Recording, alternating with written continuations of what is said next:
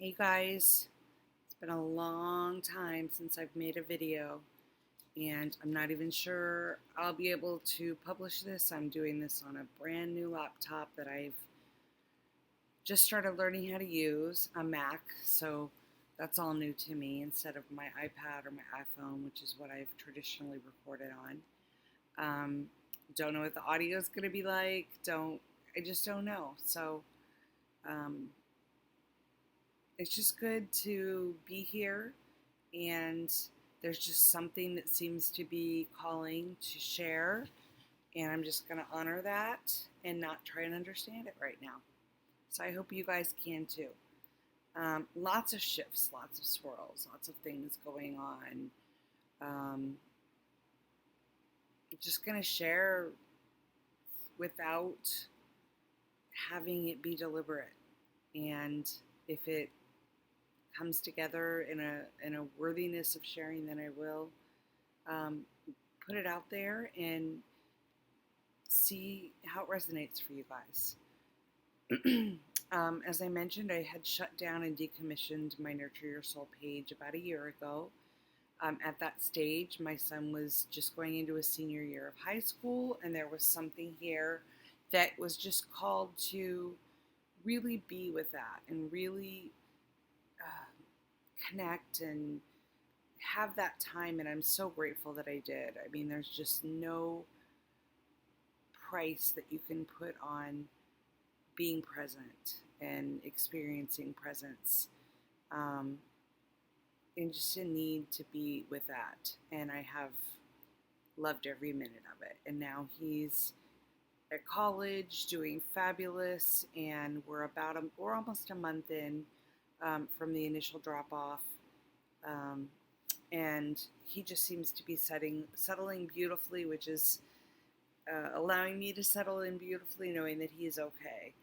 And I think that there was a huge part of the story of Kelly that still could not collapse while energetically holding space, or believing that I'm holding space for my one and only child. And I truly believe that. One of the things I want to preface before I even go further here is I know that over the years there have been all kinds of followers coming to these YouTubes and coming to my Nurture Your Soul Facebook page. And I know many of you have different perspectives or views of how you wish to use language. And what I mean by that is we've got the non-dual crew that are following. We've got, some of those folks that if you don't speak in non-duality terms, they want to challenge everything that's being said. And we've got the crew that are um, maybe strongly tied to a religion, and something shuts them down if I don't speak in those terms. I just want to challenge each of you as followers, each of you that are watching this right now. This is my challenge to you, and it's the same challenge I gave to myself, by the way. Maybe watch this and let all of those stories that you need any of that go. Notice there's something that's churning back there saying believe her or don't believe her based on what words she's using. And the reason I say that is there are no words that we can use here that are truth.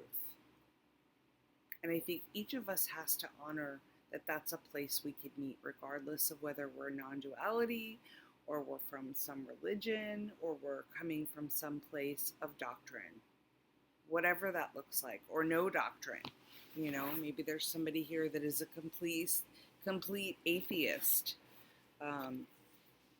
I don't really care what that looks like. I'm just asking each of us to sit here and meet on this field where there's no rightness, no wrongness, and connect without trying to decipher everything and trying to hear language that's going to allow us to tune it out. An energetic connection, one that doesn't need to pick everything apart. Our minds are already doing that. Your mind, notice, is already doing that. It's looking at this jacket I'm wearing. It's looking at this hairstyle that's crazy right now, by the way. It's looking at my face. It's looking at my body. It's looking at my water bottle. It's looking at all of this, and it's continuously defining it, labeling it, breaking it down. Trust this, don't trust this. Listen, don't listen. Take it on board, don't take it on board. But notice all of that is just belief that wants to thrive here. And I think that is the biggest problem that this world is encountering right now. It comes down to that simplicity. If you really look at it, if you're really willing to look at it, we've got such an appearing divide happening in our world right now. And we can even say that's right or wrong. And I say it's perfectly undoing itself. If this story or version or aspect of Kelly can get out of the way without putting the labels on top of it as well, I can recognize that life unfolds and unravels itself perfectly. And that's not a non-dualistic thing that I'm pointing to here. It's just something that feels truer than true within this version or aspect of a self that I refer to as Kelly. So I'm going to step back a little bit and tell you what's been going on in the last year, along with the cascading events of watching my child become a man and forge his way. There has been space for more of this undoing or unraveling to happen. And as I mentioned, I think there was a big part of the story of Kelly that held on to this energetic need to be responsible for my son. And with that falling away and collapsing on its own, there's been a willingness to notice that even I had shut down or shut out or convinced myself or allowed the story to convince itself that some of the beautiful aspects that came through my near-death experience were no longer needed. They were crutches or tools or things that I had held on to. And what seems to have cycled back around for the noticing is that too is just a story. You know, there seemed to be something that wanted to or needed to have this whole psychic piece go away, or this whole communication with guides and angels that seems to be present here to go away. And regardless of how much I apparently felt that needed to happen, it didn't let go. It just beautifully continued to be this soft, gentle, ever-presence, holding and nestling me throughout the apparent struggle of thinking there was still some kind of doership here, while believing there wasn't. All part of story, all part of, I don't like ego. To me, ego just creates so much stuff, but for lack of a better term, egos, aspects, versions, whatever you want to use, seeming to need all of it to crumble. But what's always humbly sitting here is something watching all of that, unmoved, unbothered, unneeding of anything to transpire, unneeding of anything to move itself in any way. No pushing, no pulling, no extravagance, no tie to an outcome, no need to be special from it. just this unwavering awareness, boundless awareness, watching it all.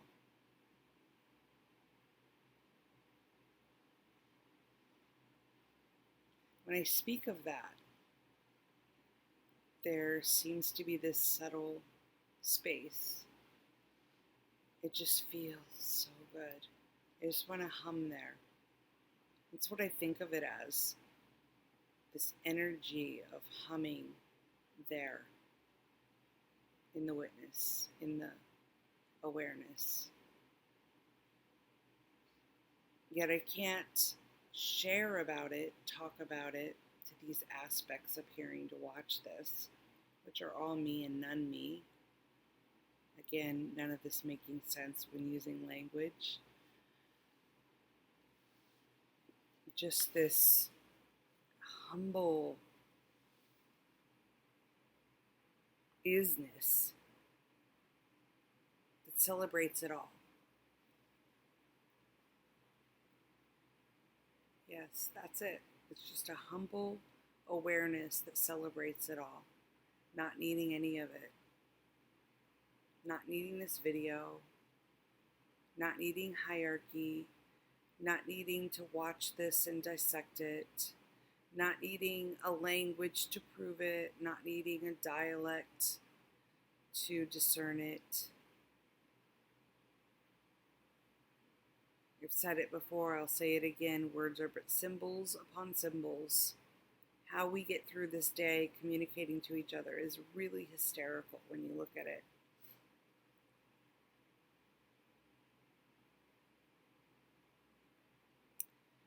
So, in what seems to be aware of these subtle indifferences, if you will, to these apparent characters that are showing up. Kelly the mom, Kelly the one that had nurtured your soul, Kelly the one who stopped nurture your soul, Kelly the one that dropped my son at college, Kelly the one. They seem to layer, right? If you really look at it, they seem to layer. And just as soon as you seem to do away with one, another seems to creep in and take its place. So, for example, Kelly the mother dropped the child at college, became Kelly the empty nester, missing the child. Yet, if there's a willingness to recognize this thing that seems to be watching all of that, that's unmoved, awareness, the witness, whatever you want to call it, again, don't really care.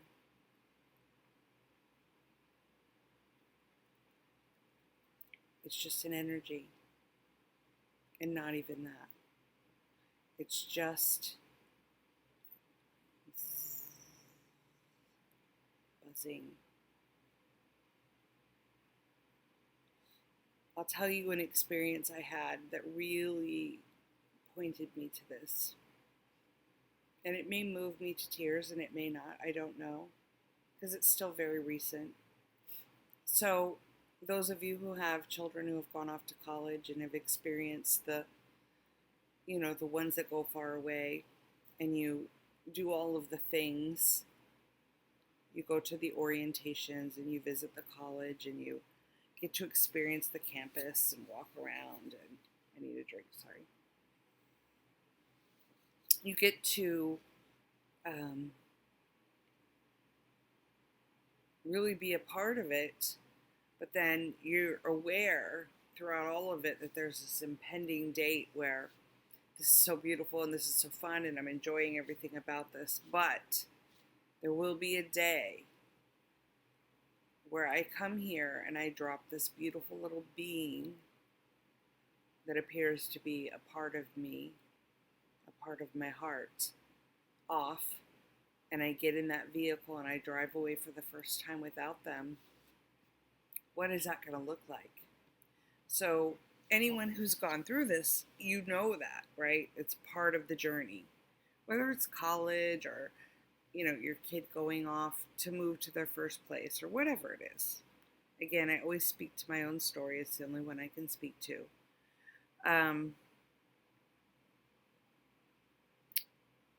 So there's always that going on, that identifier that even in this present moment that I'm enjoying, I'm at the orientation, rah, rah, rah, I'm at a game, rah, rah, rah, I'm meeting other parents, rah, rah, rah. There's this ever-present awareness that wants to play out the future of that drop-off. It's going to be painful, the mind already decides, and it's going to hurt, and it's going to rip you apart, and it's already discerning all the things it's going to be. This could be anything in life. I'm just, again, pointing to this story. So for me, that day came.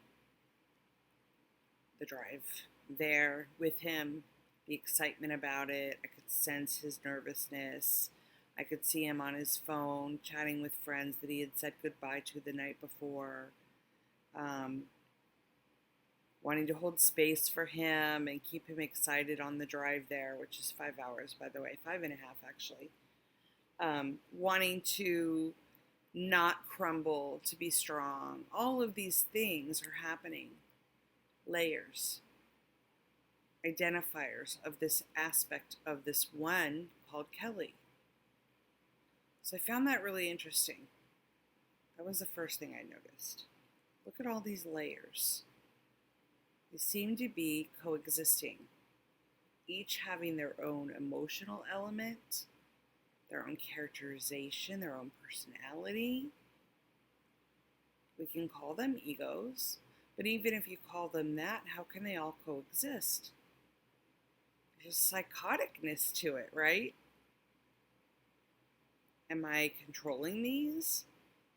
Am I just reaching for the one that feels good and casting away the one that doesn't? What's doing that? Is this just something that wants to reframe the presence because it hurts? Is this something that wants to reframe the presence because it feels good? So there just seemed to be this awareness, is the only way I can describe it. So that was going on the drive there. And he fell asleep in the car.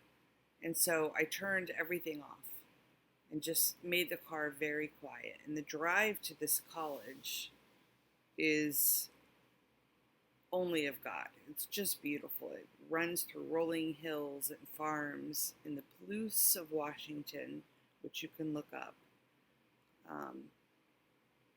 Gorgeous, gorgeous lands, just mind-boggling.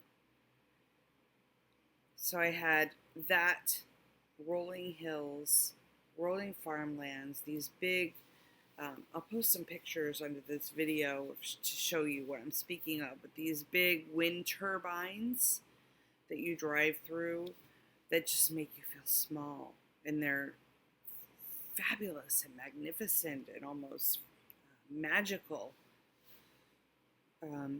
So all this is going on. He's sleeping next to me peacefully.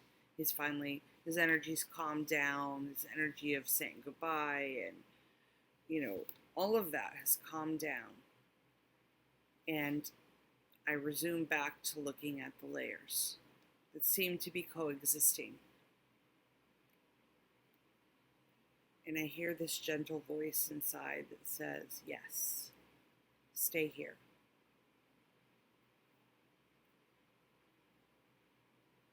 And a year ago, that something wanted that voice to go away. Something wanted that, what do you call it, psychic thing or angelic connection or guidance to go away. And then just as present comes this aspect of my guide, as I refer to her, clear as day. And I don't care what it is. So for those of you watching that are going to message me and tell me what that is and blah, blah, blah, blah, I don't care. I've let go of the idea I need to care. It's just beautiful. It's part of the intricacy of all of this. It doesn't need to be labeled. So again, I take you back to that challenge that I initiated for all of us at the beginning of this video. Let the idea that you need to know what that is go. Just allow this to be what it is for a moment, for as many moments as it takes. And now I hear, how can all of these be here? How can this be truth?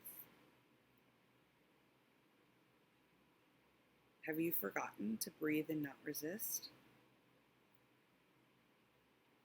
And as I hear this, bloop, just like that, out of the body.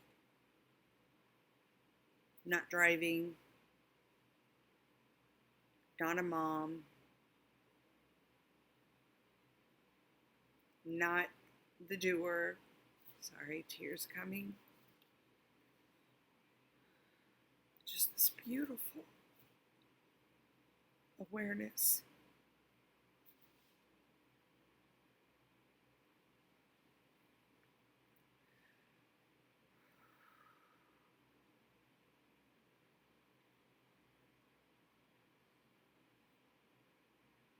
Just this beautiful awareness. So loving.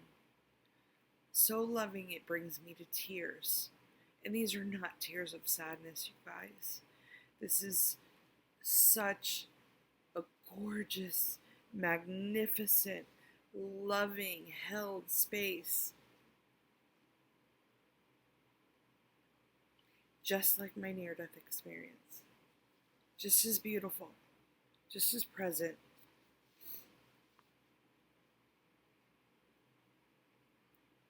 But unlike that, there wasn't a place. There wasn't somewhere I went. There wasn't anything. There was nothingness. And yet an awareness of all of that. No color, no smell, no seeing, no hearing, no darkness, no light, no me, no them, nothing.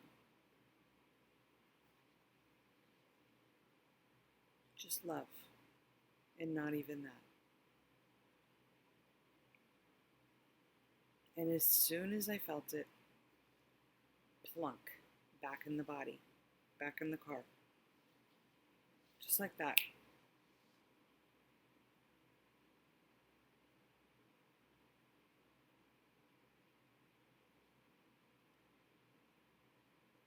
Perfection. I don't know how long I zipped off, or it zipped off, or again, no words. I just know everything stopped. And yet everything was so alive. More than ever in these layers.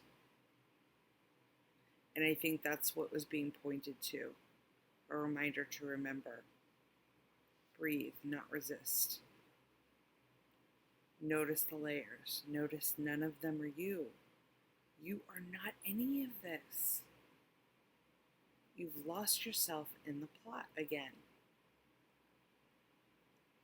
And this isn't non-duality. It's not even that. It's not even that. That in itself also boxes us.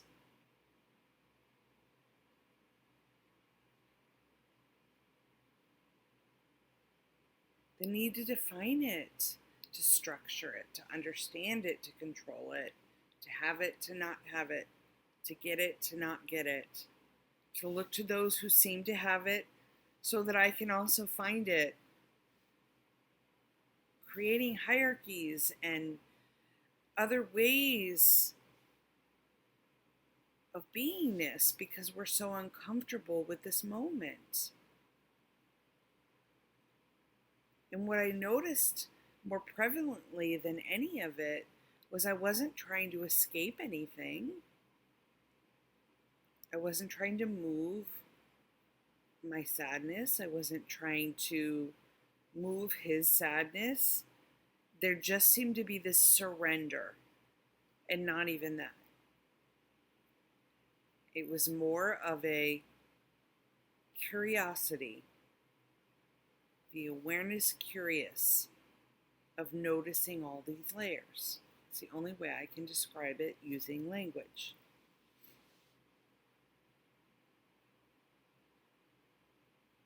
So that seemed to be the first time this entered the experience recently. And that was, gosh, I can even tell you the date because it was the day that I dropped my kiddo off. Let's see if I can get a picture of this. A picture and a picture, because I just wrote about this on my Instagram. August 11, 2019.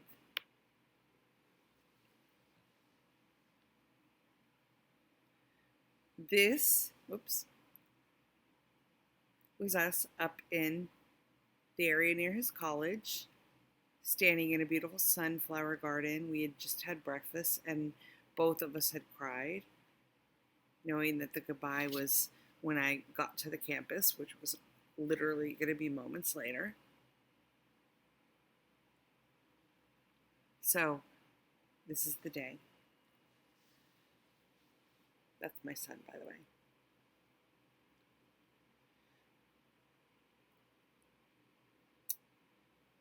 So,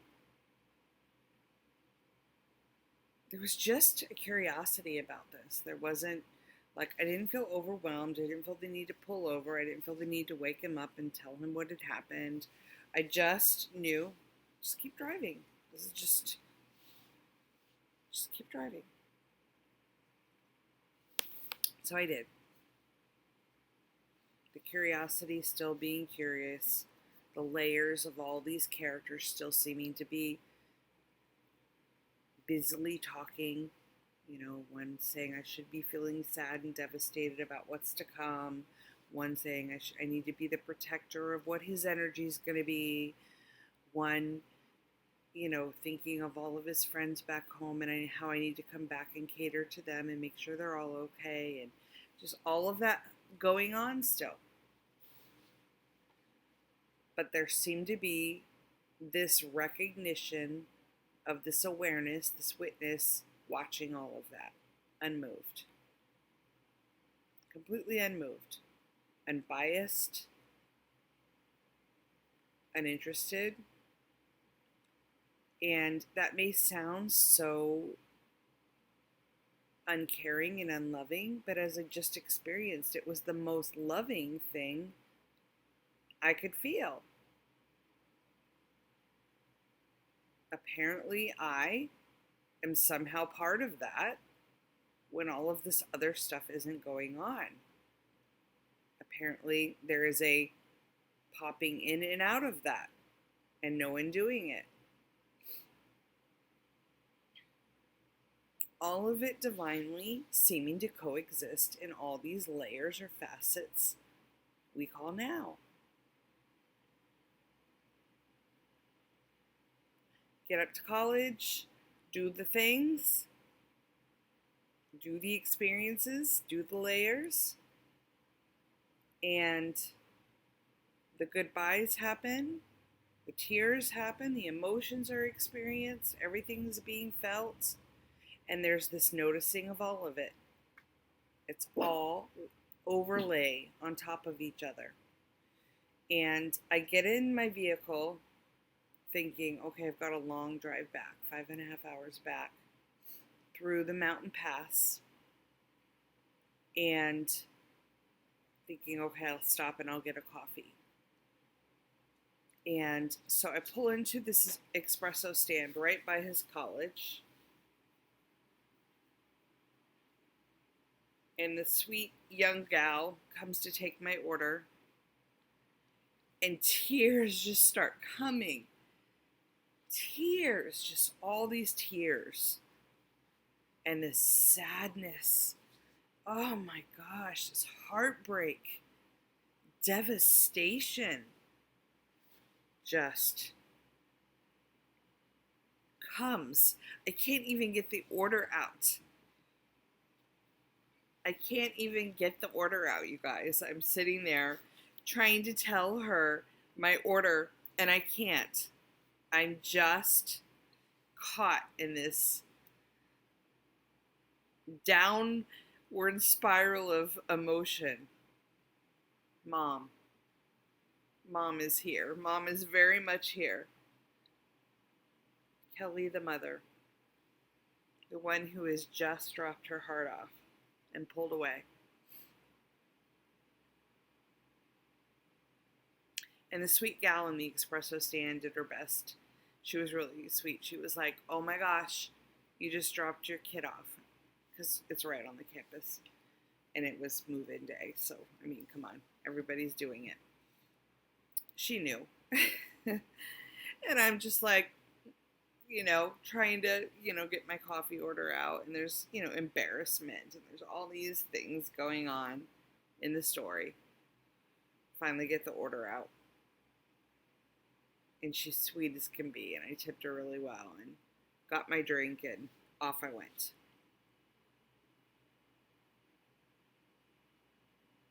I wasn't 2 miles up the road. And I heard this hysterical laughing.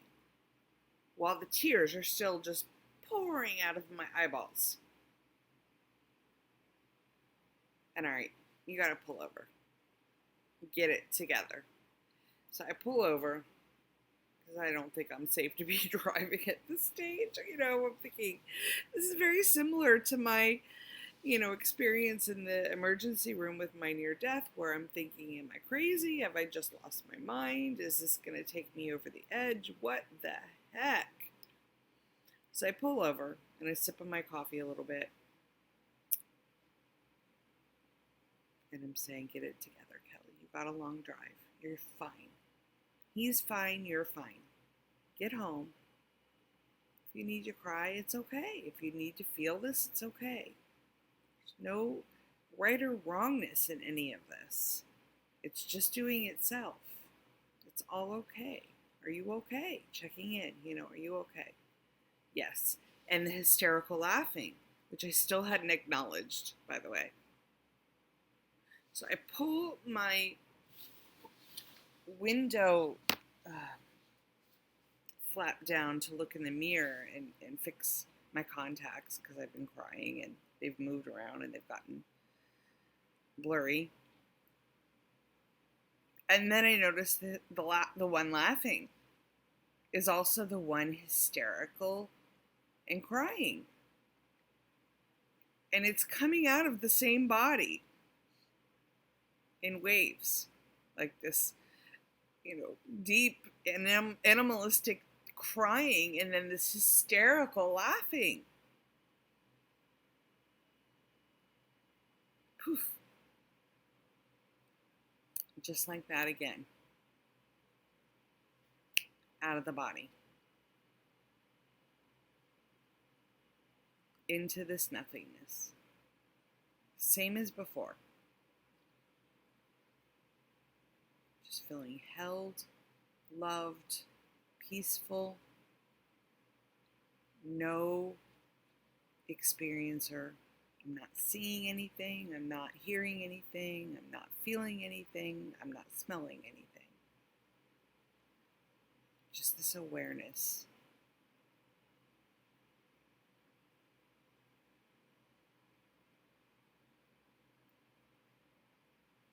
Poof. Less of a poof and more of a, coming back always seems to be heavier. It's more like a boom or a bam or a, it's not harsh, but it's certainly not as peaceful as the poof out. The bumping back in is interesting. And again, there's no in and out, using words just to describe it for you guys. I had no experience of an in and an out.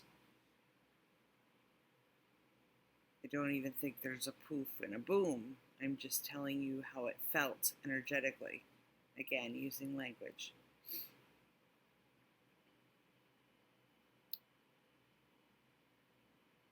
And my face is in the mirror still.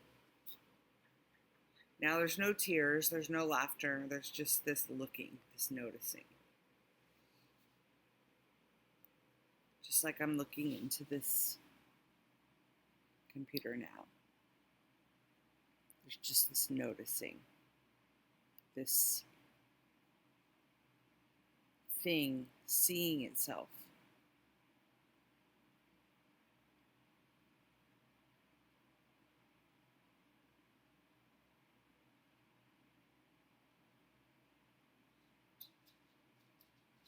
Unmoved, undefined, unlabeled.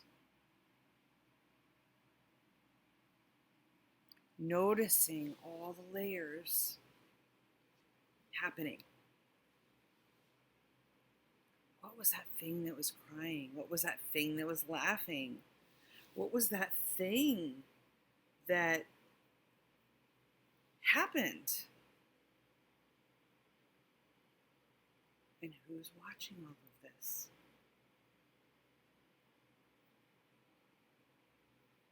And then this just calmness came over me. This ever-present calmness. What a gift, because I have a 5.5 hour drive over this mountain pass that makes me anxious. I'm not going to lie. It gets up to 80 miles an hour between all these big trucks and these huge mountains, and I don't necessarily love driving it by myself. But I knew I needed to get through it and get back over here. So this ever presence and calmness was there. So the driving resumed. And I decided not to tune it out, not to put music on, or not to busy myself away from it, to just sit with it. Can't get away from yourself when you're on a 5.5 hour drive. And that's what happened. It became like a mini silent retreat through the mountains,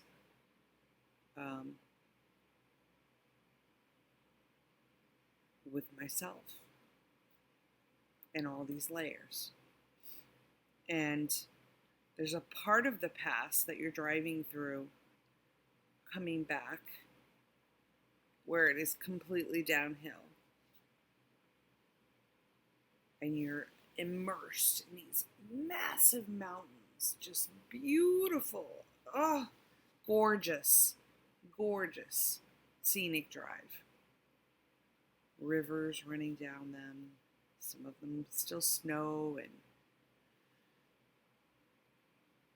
I felt so small in a beautiful way, not in a sad way. I felt this energetic shift, like I had shrunk.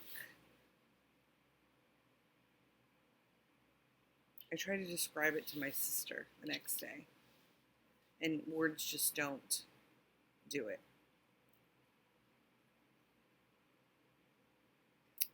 Energetically, I became very small.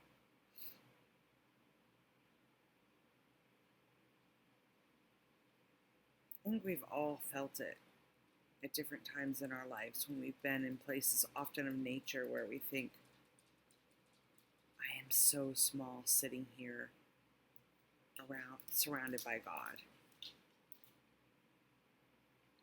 And there's this beauty and this massiveness about the beauty and the love. And I knew I was held, but I was aware. Something was aware that there was this tender, raw, vulnerable Kelly being held. Being held. Being held.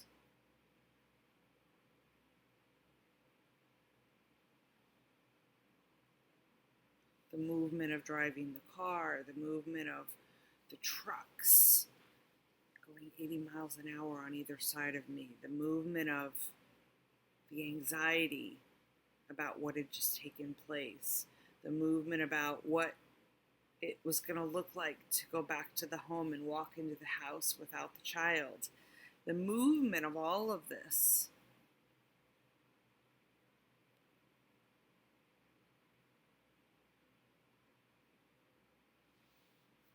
Resting beautifully in this love, this immense amount of love, just an awareness.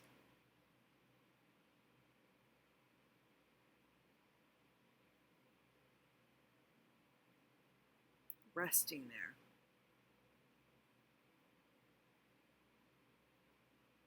And the layers of all the stuff still busily buzzing in the background. But this awareness wasn't interested in those at all.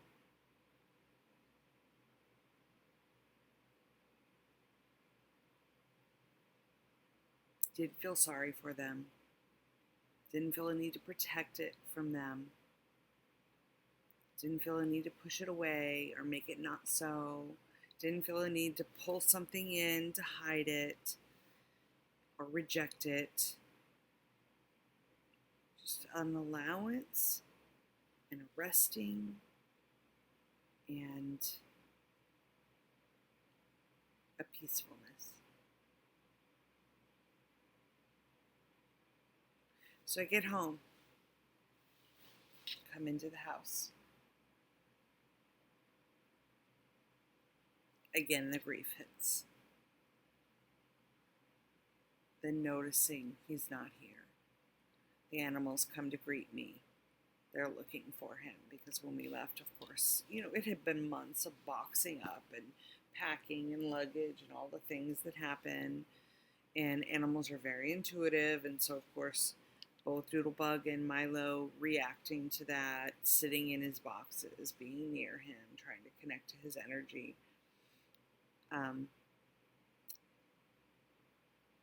So they greet me right away. And I could, feel them wanting to be with me. And so I came and sat on the couch, and the three of us just nestled in together, and tears coming, just this heaviness and this anxiousness that wants to scratch itself out of this body. Doesn't want to feel this pain. Oh, the pain.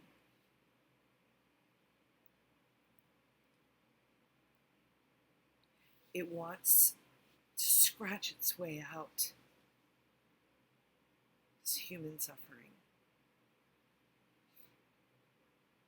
Claw, if it must. It wants to do anything not to feel this.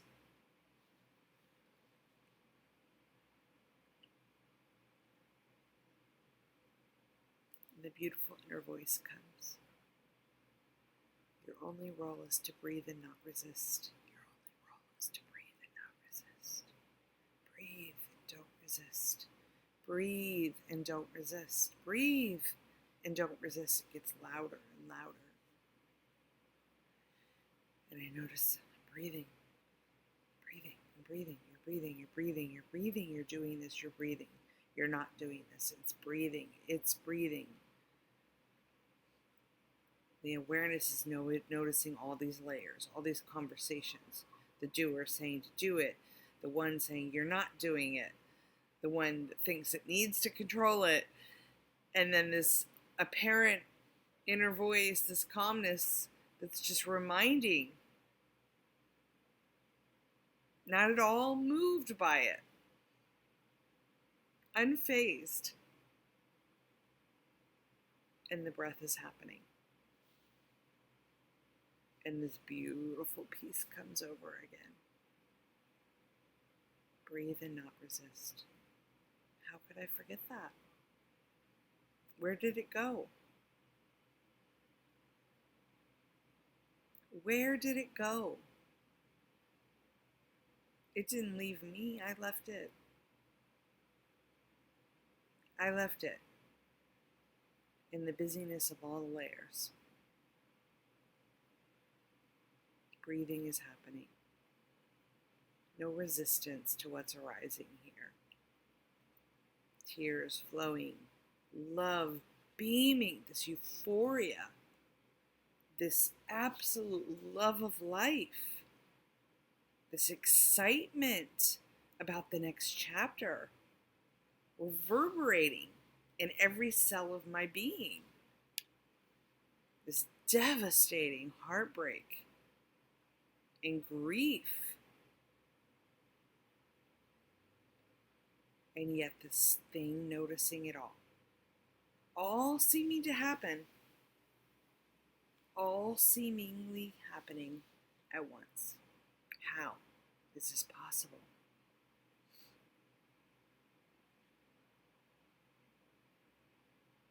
How is this possible?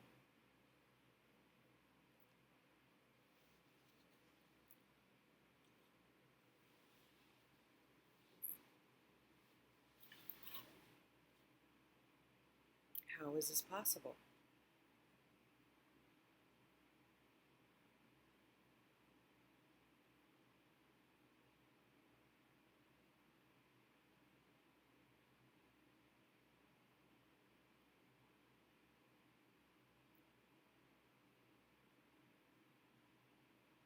Unmoved. This witness is unmoved.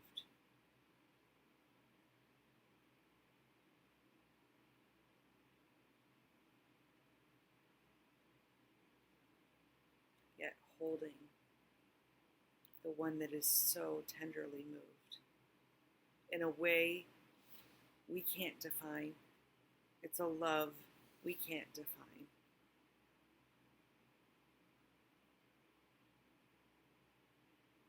As soon as we try to put words to it, it becomes something else. Call it God, call it universe, call it love, call it whatever you will. As soon as we label it, it becomes something else. And it's not attached to an outcome. It doesn't need to be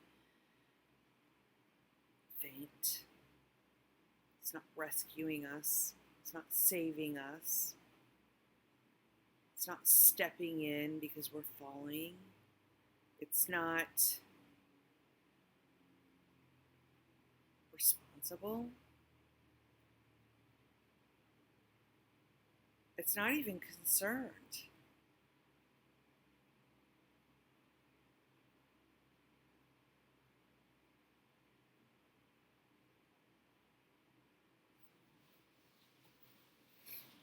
So that was almost a month ago, if we use time to define it. Fast forward.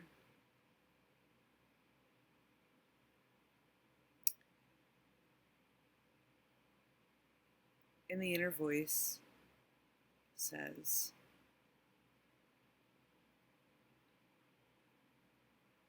if there are aspects and layers of this thing called Kelly, and there are aspects and layers of these others,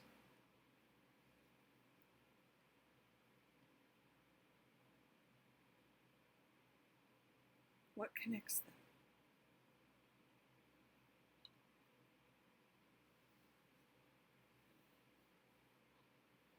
What connects them? There's a knowing there's no hierarchy.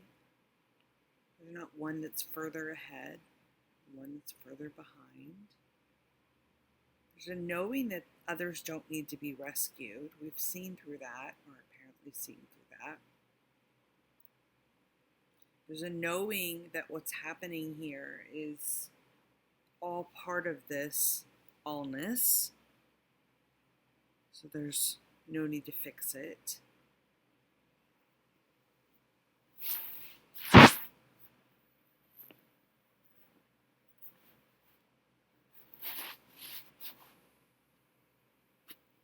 Yet there's this rising or birthing or um, thing happening here that wants to speak about this.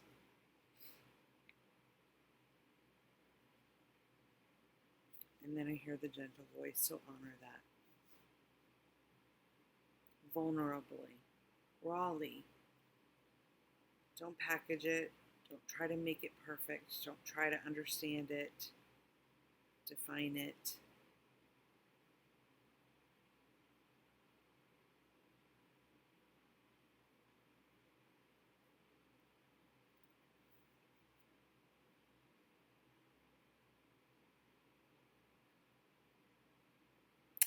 So mirrors show up in the allness of this, aspects of others, characters in the play, whatever you want to call them, throughout each day. It's unavoidable in this apparent human experience, this video game or this construct that I seem to still be in, speaking to these apparent others with awareness that there's never been that. Layers upon layers of intricacies, of stories. We name this and that, and them, and her, and him, and it, and yet never oneness and never two.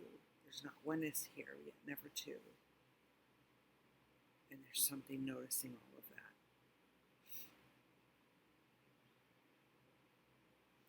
So with the vulnerability and the rawness of all of this, there is this willingness to speak about it. And that's what this is. And I have no idea what it's going to look like, you guys. I don't feel any need for it to be anything but what I'm offering here, which is a raw, real, true sharing of this. Using language, which is the only means I have to point to it without any need to define what that language is. There's not a teaching here.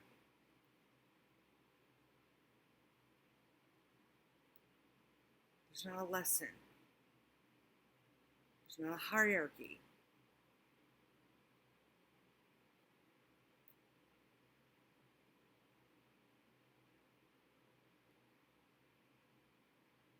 There's just this truth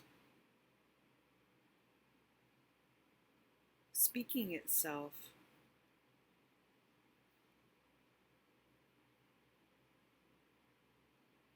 And I guess I don't need to know why. The thing I keep coming back to in the mind that wants to rationalize all of this,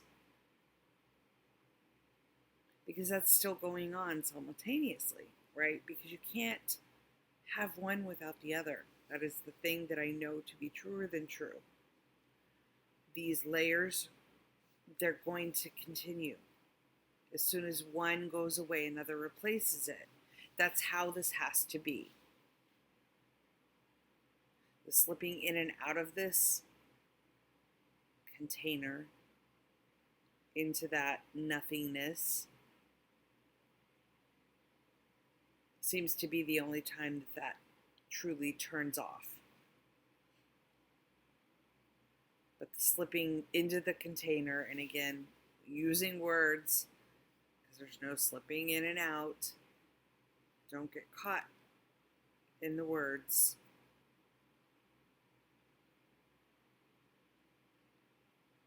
The layering continues to go on.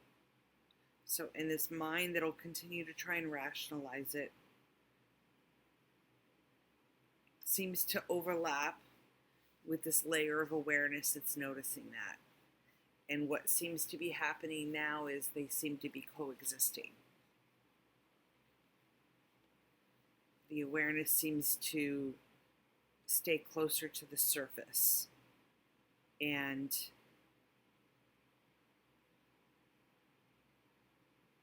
the curiosity is almost looking at the layers in a 365-degree angle and saying, wow, I'm walking around you and I'm seeing all sides of how you've become this.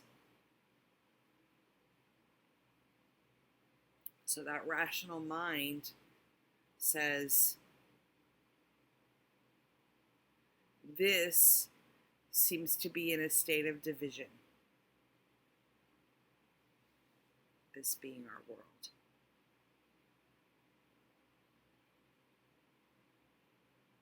It seems to be the whole thing is cracked down the middle and split wide open. You can look at it in politics. You can look at it in love and hate. You can look at it in for Trump against Trump. You can, I mean, it just blows my mind how quickly you can look at it. Yet awareness keeps seeing it only as the veil being pulled wide open. And it's beautiful.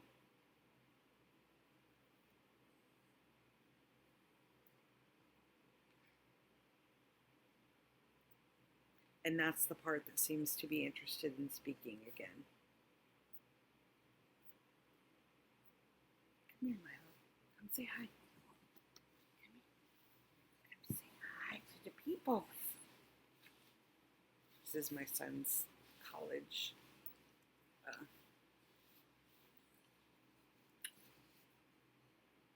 Can you say hi? Oh, you say hi. I mean, how can you love this face? Right?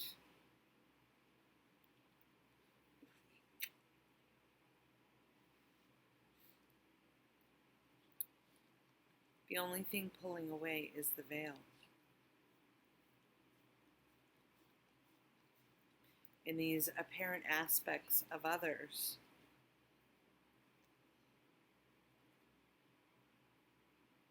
I know them as my truth to be all part of this allness, this awareness. And there's no hierarchy. And so, but there's also no need to rescue. And all that's happening simultaneously. And so there's nothing sitting here going, I have to help them. There's nothing here thinking this is further along. There's nothing here thinking that there's a teaching. There's an awareness of all of that. I even laugh if I start to think any of that because it's just bullshit stories that the awareness immediately sees through. Breathe and not resist. Breathe and not resist. You're not the doer. You're not the one doing. You're not the aspects. You're not any of this. You're the allness that is truth. So I'm not trying to understand it, I guess, is ultimately what I'm trying to say in a lot of words. Because, man, it's hard to talk about this without words.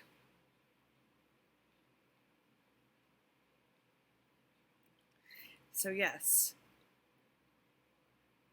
raw, vulnerable, willing to be able to sit on the floor with what appears to be my brother, my sister, my other, to hold them even if I can't hold them. Energetically, knowing that they're fine.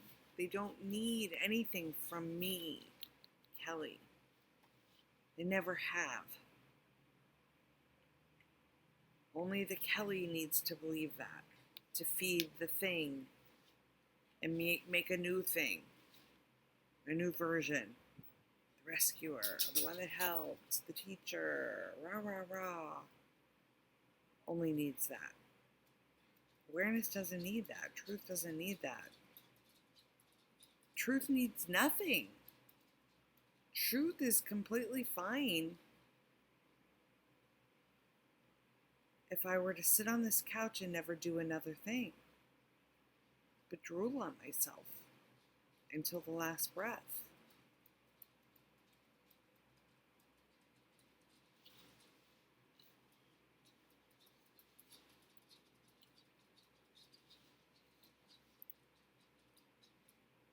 So I've said a lot here today, and maybe I've said nothing.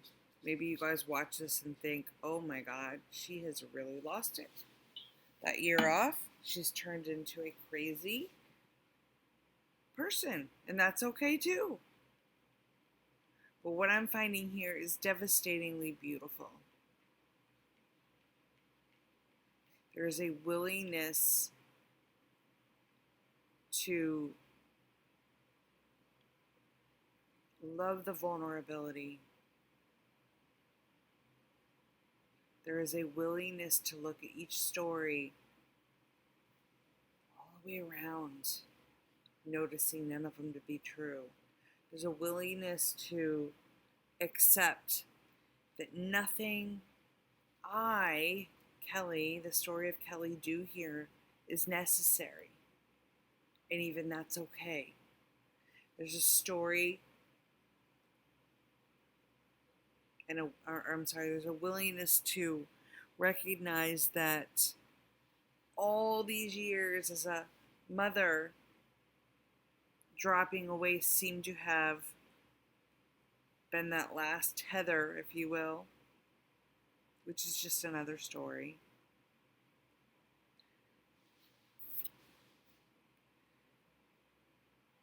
Honoring all of it, surrendering to all of it, and yet no thing doing that.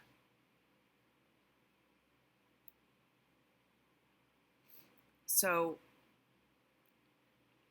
in speaking with a dear soul who's very close to where I am right now in their own story of humanness, we've been speaking almost daily for the last week or so about how much our mirrors match and processing real time. And in doing so, taking some notes and kind of being able to point back to this. So I kind of wrote it down.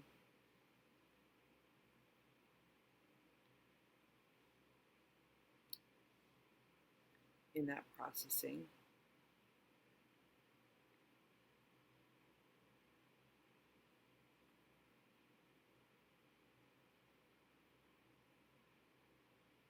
Bear with me.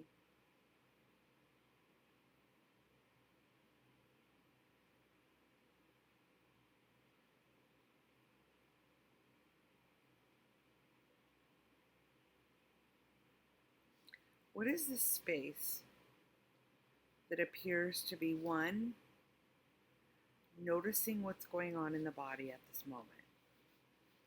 Whether it's anxiety, fear, sadness, happiness. 2, knows it isn't true, is aware of that, knows that it's a story. 3, seems to be watching it, aware of itself. 4, wants to believe whatever it's feeling is its own, whatever that emotion or feeling is. And 5, also either wants to be free of it or wants to clasp onto it. So if it's something that feels icky, it wants it to go away, or if it feels really, really good, it wants to hold on to it. Notice just in that scenario, there seem to be 5 characters playing out or layering. Now, how can all of those layers exist by one simultaneously and also be seen. What is seeing? What is noticing?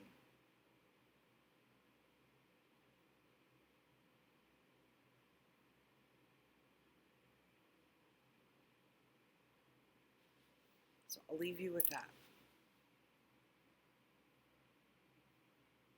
That seems to be what's resonating here right now the most, this witnesser awareness.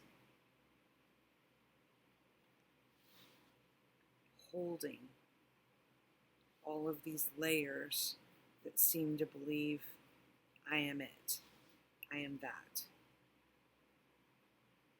Not only in the aspect of Kelly, but in the aspect of others that seem to be crossing my path.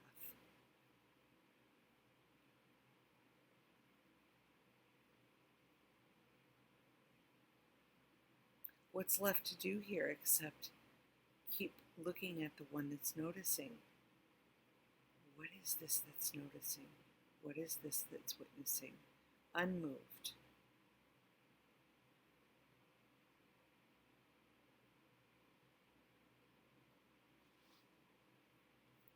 Till next time, much love.